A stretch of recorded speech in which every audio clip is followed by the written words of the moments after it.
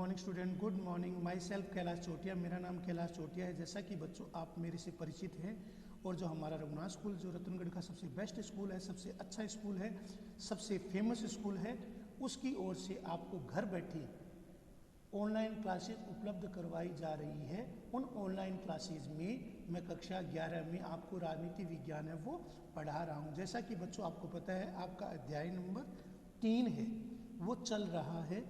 कल हमने वयस्क मताधिकार और चुनाव लड़ने के अधिकार के बारे में पढ़ा था। आज हम इसे दोबारा थोड़ा सा पढ़ेंगे और उसके बाद में आगे बढ़ेंगे। तो आप जानते हैं कि लोकतांत्रिक चुनाव में देश के सभी वयस्क नागरिक को चुनाव में वोट देने का अधिकार होना जरूरी है, जिसे अंग्रेजी में यूनिवर्सल एडल्ट फ्रेंचाइज कहते हैं। अनेक देशों में नागरिकों को इस अधिकार को प्राप्त करने के लिए अपने शासकों से लंबी लड़ाई लड़नी पड़ी थी। बहुत से देशों में तो महिलाओं को यह अधिकार काफ़ी देर से और संघर्ष के बाद मिला था। तो भारतीय संविधान निर्माता इस बात से परिचित थे। भारतीय संविधान निर्माताओं ने एक महत्वपूर्ण निर्णय के द्वारा प्रत्येक वयस्क व्यक्ति जो एडल्ट सिटीजन है, यूनिवर्सल एडल्ट फ्रेंचाइज के तहत प्रत्येक वयस्क व्यक्ति को वोट देने का अधिकार है वो प्रदान करती है। लेकिन हमारे देश में हमेशा ऐसा नहीं रहा है। हमारे देश में 1989 तक केवल 21 वर्ष से ऊपर के जो भारतीय नागरिक होते थे उन्हें ही केवल वोट देने का अधिकार था। केवल 21 वर्ष की आयु वाले व्यक्तियों को ही वोट देने का अधिकार था। तो 1989 तक 21 वर्ष से ऊपर भारतीय नागरिकों को वयस्क नागरिक माना गया था, किंतु 1989 में भारतीय संविधान में संशोधन कर दिया गया था। इसे संशोधन के द्वारा मताधिकार की आयु को घटाकर 18 वर्ष कर दिया गया है। तो वयस्क मताधिकार सभी नागरिकों को अपने प्रतिनिधियों के चयन में प्रक्रिया में भाग लेने का अवसर प्रदान करता है। तो 1989 तक 21 वर्ष से ऊपर के सभी नागरिकों को वयस्क नागरिक माना गया था, लेकिन 1989 में संविधान संशोधन करके मताधिकार की आयु को 21 वर्ष से घटाकर 18 वर्ष है वो कर दिया गया है। वयस्क मताधिकार सभी नागरिकों को अपने प्रतिनिधियों के चयन प्रक्रिया में भाग लेने का अवसर प्रदान करता है। तो वयस्क मताधिकार क्या करता है? सभी नागरिकों को अपने प्रतिनिधियों के चयन प्रक्रिया में भाग लेने का अवसर देता है।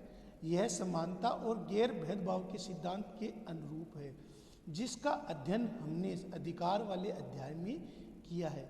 अनेक लोग पहले और आज भी ऐसा मानते हैं कि कुछ लोगों का मानना है कि बिना शैक्षणिक योग्यता के सभी को वोट देने का अधिकार सही नहीं है, क्योंकि अनपढ़ भी फिर अपना वोट दे सकती हैं, क्योंकि अनपढ़ लोगों में ऐसी समझ नहीं होती। लेकिन हमारे देश के जो संविधान निर्माता थे डॉक्टर बाबा साहब भीमराव अंबेडकर जी के नेतृत्व में जो हमारे देश के जो संविधान निर्माता थे, वो देश के सभी नागरिकों की योग्यता और महत्व में समान रूप से विश्वास करते थे और वे समाज, देश और अपने निर्वाचन क्षेत्र के हित में निर्णय ले सकती हैं।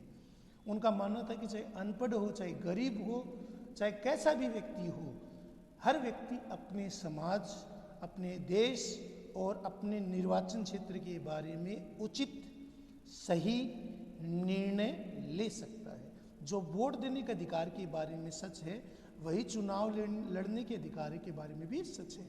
सभी नागरिकों को चुनाव में खड़े होने और जनता का प्रतिनिधि होने का अधिकार है। अकॉर्डिंग टू इंडियन कॉन्स्टिट्यूशन सभी नागरिकों को, देश के सभी नागरिकों को चुनाव में खड़े होने और जनता का प्रतिनिधि होने का अधिकार है, लेकिन विभिन्न पदों पर चुनाव लड़ने की न्यूनतम आयु अलग अलग है। जैसे कि हमारे देश में उदाहरण के लिए लोकसभा यानी कि जो इलेक्शन होता है, जिसे हम आम चुनाव कहते हैं, लोकसभा के लिए, और जो राज्य में विधानसभा के चुनाव होते हैं, एमएलए और एमपी के चुनाव में यदि कोई उम्मीदवार खड़ा होना चाहता है तो उसके उम्मीदवार बनने के लिए कम से कम 25 वर्ष की आयु होनी आवश्यक है। तो एमएलए या एमपी बनने के लिए एटलीस्ट 25 ईयर ओल्ड होना ही चाहिए। उस व्यक्ति को 25 वर्ष का तो होना ही चाहिए। कुछ और भी प्रतिबंध हैं। जैसे कि एक कानूनी प्रतिबंध यह है कि यदि किसी व्यक्ति को किसी अपराध के लिए 2 या 2 से अधिक वर्षों के लिए जेल हुई है तो वह व्यक्ति चुनाव लड़ने के योग्य नहीं है। यदि कोई व्यक्ति जिसे किसी अपराध के लिए 2 वर्ष या 2 वर्ष से अधिक सजा हुई है तो ऐसे व्यक्ति को चुनाव लड़ने के लिए योग्य नहीं माना जाता।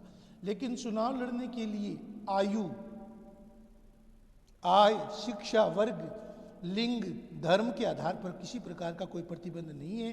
किसी भी रूप में हमारी चुनाव व्यवस्था सभी नागरिकों के लिए खुली हुई है। तो जैसा कि वह व्यक्ति, तो चुनाव लड़ने के लिए हम 3 योग्यता के बारे में जिक्र कर सकते हैं। पहला, वह भारत का नागरिक हो, वह पागल, कोड़ी, दिवालिया नहीं हो, उसके विरुद्ध कोई मुकदमा नहीं चल रहा हो और वह भारत का नागरिक हो, वो 25 वर्ष की आयु पूरा कर चुका हो, तो वह व्यक्ति है वो लोकसभा या विधानसभा के लिए चुनाव लड़ सकता है। तो कोई भी ऐसा व्यक्ति जिसकी आयु 25 वर्ष हो, भारत का नागरिक हो, जिसका मतदाता सूची में नाम हो, वो पागल, कोड़ी, दिवालिया नहीं हो, ऐसा कोई भी व्यक्ति है वो चुनाव लड़ सकता है। यदि किसी व्यक्ति को किसी अपराध के लिए या 2 से अधिक वर्षों के लिए जेल हुई है तो वह चुनाव लड़ने के योग्य नहीं है। लेकिन चुनाव लड़ने के लिए आय, शिक्षा, वर्ग, लिंग के आधार पर कोई प्रतिबंध नहीं है। तो हमारी चुनाव व्यवस्था सभी नागरिकों के लिए खुली हुई है। तो हमारी चुनाव व्यवस्था है वो सभी नागरिकों के लिए खुली है, समान है। इस पर कानूनी प्रतिबंध है, यदि किसी व्यक्ति को किसी अपराध के लिए 2 या 2 से अधिक वर्ष की सजा मिल चुकी है तो वो चुनाव लड़ने के योग्य नहीं है। लेकिन चुनाव लड़ने के लिए आय, शिक्षा, वर्ग, लिंग के आधार पर किसी प्रकार का प्रतिबंध नहीं है। हमारी चुनाव व्यवस्था सभी नागरिकों के लिए खुली हुई है। सभी नागरिक है वो चुनाव में खड़े हो सकते हैं। अब हम स्वतंत्र निर्वाचन आयोग के बारे में पढ़ेंगे। तो भारत में चुनाव प्रक्रिया को स्वतंत्र और निष्पक्ष बनाने के लिए कई प्रयास किए गए हैं। एक स्वतंत्र निर्वाचन आयोग की स्थापना इसके लिए महत्वपूर्ण कदम है। चुनाव में संचालन और देखरेख के लिए इसे बनाया गया है। क्या आप जानते हैं कि अनेक देशों में चुनाव कराने के लिए स्वतंत्र मशीनरी का अभाव है? अनुच्छेद 324 क्या कहता है? आर्टिकल 324, इस संविधान के अधीन संसद और प्रत्येक राज्य के विधानमंडल के लिए जो भी चुनाव कराए जाने वाले सभी निर्वाचकों के लिए, राष्ट्रपति और उपराष्ट्रपति के पदों के लिए निर्वाचकों के लिए निर्वाचन नामावली तैयार करने, निर्वाचकों का संचालन के अधिरक्षण, निरीक्षण और नियंत्रण एक आयोग के अधीन होगा जिसे इस संविधान में निर्वाचन आयोग कहा गया है। आर्टिकल 324 के अनुसार, आर्टिकल अनुच्छेद 324 के अनुसार इस संविधान के अधीन संसद और प्रत्येक राज्य के विधानमंडल के लिए जो भी चुनाव होते हैं निर्वाचकों के लिए, राष्ट्रपति और उपराष्ट्रपति के पद के लिए, निर्वाचकों के लिए निर्वाचन नामावली तैयार करने के लिए और निर्वाचकों के संचालन के लिए, निर्देशन के लिए, नियंत्रण के लिए एक आयोग निहित होगा जिसे संविधान में निर्वाचन आयोग कहते हैं। तो भारतीय संविधान के अनुच्छेद 324, ये बहुत महत्वपूर्ण है बेटा। तो 324 के अनुसार निर्वाचकों के लिए मतदाता सूची तैयार करना, चुनाव में संचालक का अधिरक्षण, निर्देशन और नियंत्रण का अधिकार एक स्वतंत्र आयोग को देता है। संविधान में ये शब्द बहुत ही महत्वपूर्ण है क्योंकि ये निर्वाचन आयोग को चुनाव से संबंधित हर बात पर अंतिम निर्णय करने की भूमिका सौंपते हैं। सर्वोच्च न्यायालय ने भी संविधान की इस व्याख्या से सहमति व्यक्त की है। तो भारतीय संविधान का आर्टिकल 324 क्या कहता है? निर्वाचकों के लिए मतदाता सूची तैयार करना, चुनाव का निरीक्षण, प्रबंधन, संचालन, नियंत्रण करना, उसके लिए स्वतंत्र निर्वाचन आयोग को दी गई है। संविधान में यह शब्द बहुत ही महत्वपूर्ण है क्योंकि ये निर्वाचन आयोग को चुनाव से संबंधित हर बात के लिए अंतिम निर्णय देती है। सर्वोच्च न्यायालय ने भी संविधान के इस व्याख्या से सहमति दी है। तो हमारे देश में संविधान के अनुच्छेद 324 के अनुसार चुनाव कराना, चुनाव का प्रबंधन, मतदाता सूची तैयार करना, मतदाता सूची जारी करना, नए नामों को जोड़ना, पुराने नामों को हटाना, मृत व्यक्तियों के नाम को हटाना, चुनाव का संचालन, अधिरक्षण, निर्देशन, नियंत्रण का कार्य है वो चुनाव आयोग को सौंपा गया है। संविधान में ये शब्द बहुत ही महत्वपूर्ण है। ये निर्वाचन आयोग को चुनाव से संबंधित हर बात में अंतिम निर्णय की भूमिका सौंपती है। सर्वोच्च न्यायालय ने भी संविधान में इस व्याख्या से सहमति व्यक्त की है। तो भारतीय संविधान के अनुच्छेद आर्टिकल 324 के अनुसार निर्वाचकों के लिए मतदाता सूची तैयार करने, चुनाव में संचालन, अधिरक्षण, निर्देशन और नियंत्रण का अधिकार है वो स्वतंत्र निर्वाचन आयोग को देता है। संविधान में ये सब बहुत ही महत्वपूर्ण है। ये निर्वाचन आयोग को चुनाव से संबंधित हर बात पर अंतिम निर्णय लेने की भूमिका सौंपते हैं। सर्वोच्च न्यायालय ने भी संविधान की इस व्याख्या से सहमति दी है। भारत में निर्वाचन आयोग की सहायता करने के लिए प्रत्येक राज्य में एक मुख्य निर्वाचन अधिकारी होता है। भारत में निर्वाचन आयोग है, उसकी सहायता के लिए तो हर राज्य, हर स्टेट है, उसमें एक निर्वाचन अधिकारी होता है। निर्वाचन आयोग स्थानीय निकायों के चुनाव के लिए जिम्मेदार नहीं होता। तो स्थानीय निकाय होते हैं जिसमें नगर पालिका, नगर परिषद, नगर निगम, इसके अलावा ग्राम पंचायत, पंचायत समिति और जिला परिषद के चुनाव होते हैं। ये चुनाव है वो स्थानीय निर्वाचन आयोग करता है। निर्वाचन आयोग में इसकी कोई भूमिका नहीं है। हम स्थानीय सरकार वाले अध्याय में इसके बारे में पढ़ेंगे। तो राज्य निर्वाचन आयुक्त होते हैं, वो निर्वाचन आयोग से अलग कार्य करते हैं। प्रत्येक का काम करने का अपना अलग दायरा है। भारत में निर्वाचन आयोग एक सदस्य या बहुसदस्य हो सकता है। 1989 तक निर्वाचन आयोग एक सदस्य था। 1989 में आम चुनाव से ठीक पहले 2 अन्य निर्वाचन आयुक्तों की नियुक्ति कर इसे बहुसदस्य बना दिया गया है। चुनाव के बाद इसे पुनः एक सदस्य बना दिया गया था। 1989 तक हमारे देश में जो चुनाव आयोग है, निर्वाचन आयोग है, वो एक सदस्य था। 1989 में आम चुनाव के बाद में इसे 2 अन्य निर्वाचन आयुक्तों को नियुक्त करके इसे बहुसदस्य बना दिया गया था। बाद में इसे चुनाव के बाद फिर एक सदस्य बना दिया गया था। लेकिन 1993 में पुनः 2 निर्वाचन आयोगों की नियुक्ति कर दी गई और निर्वाचन आयोग एक बहुसदस्य हो गया। तो 1993 से हमारे देश में एक बहुसदस्यीय निर्वाचन आयोग है वो काम कर रहा है। तब से लेकर आज भी ये जो हमारा निर्वाचन आयोग है वो बहुसदस्य बना हुआ है। शुरू में बहुसदस्यीय निर्वाचन आयोग को लेकर अलग अलग शंकाएं थी, अलग अलग प्रकार के शंका थी, अलग अलग प्रकार की आशंका थी। मुख्य निर्वाचन आयुक्त और अन्य निर्वाचन आयुक्तों के बीच इस बात को घोर मतभेद था कि किसके पास कौन सी शक्तियाँ होगी। इसका समाधान सर्वोच्च न्यायालय को करना पड़ा।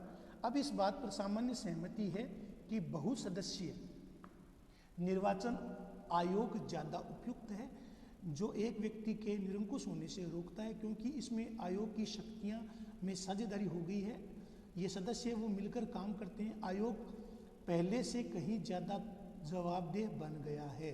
तो निर्वाचन आयोग है वो, उसकी भूमिका के बारे में हमने पढ़ा है। तो भारत में निर्वाचन आयोग है वो एक सदस्य या बहुसदस्य हो सकता था। 1989 तक एक सदस्य था। 1989 में आम चुनाव से ठीक पहले से बहुसदस्य कर दिया गया, लेकिन चुनाव के बाद में से पुनः एक सदस्य कर दिया गया। लेकिन 1993 में पुनः इसे बहुसदस्य बना दिया गया और निर्वाचन आयोग है वो बहुसदस्य हो गया। तब से लेकर यह परंपरा बन गई है। स्वरूप में बहुसदस्य निर्वाचन आयोग को लेकर बहुत शंकाएं थी, बहुत समस्याएं थी। मुख्य निर्वाचन आयुक्त और अन्य निर्वाचन आयुक्तों के बीच शक्तियों के लेकर घोर मतभेद था, किसके पास कितनी शक्तियां हो। इसका समाधान सर्वोच्च न्यायालय को करना पड़ा। यह बात सामान्य सहमति है कि बहुसदस्यीय चुनाव आयोग है, निर्वाचन आयोग है, वो ज़्यादा उपयुक्त है, क्योंकि इससे आयोग की शक्तियों में साझेदारी हो गई है। आयोग है वो मिलकर काम करता है। आयोग है वो ज़्यादा जवाबदेह है, ज़्यादा निरंकुश होने की संभावना उसमें नहीं है। आयोग पहले से ज़्यादा जवाबदेह बन गया है। तो जैसा कि बच्चों आज हमने निर्वाचन आयोग के बारे में पढ़ा है, तो संविधान के अनुच्छेद 324 के अनुसार लोकसभा, राज्यों के विधानसभा, राष्ट्रपति और उपराष्ट्रपति के निर्वाचन कराने की जिम्मेदारी निर्वाचन आयोग को सौंपी गई है। स्थानीय स्तर पर जो चुनाव कराए जाते हैं, स्थानीय इकाइयों के चुनाव होते हैं, वो राज्य निर्वाचन आयोग के अधीन होते हैं। तो इस प्रकार हमने देखा है कि निर्वाचन आयोग, उसकी भूमिका, उसके कार्य के बारे में हमने पढ़ा है। तो निर्वाचन आयोग को क्या शक्तियां हैं, क्या अधिकार दिए गए हैं, उनकी क्या शक्तियां हैं, उनकी साझेदारी कैसे रखी गई है, और आयोग पहले से कहीं ज़्यादा जवाबदेह है, वो बन गया है। तो ये आज आपको मैंने आपको निर्वाचन आयोग के बारे में बताया है, उसकी शक्तियों के बारे में बताया। इसको लिखना है, याद करना, ये आपका होमवर्क है। धन्यवाद।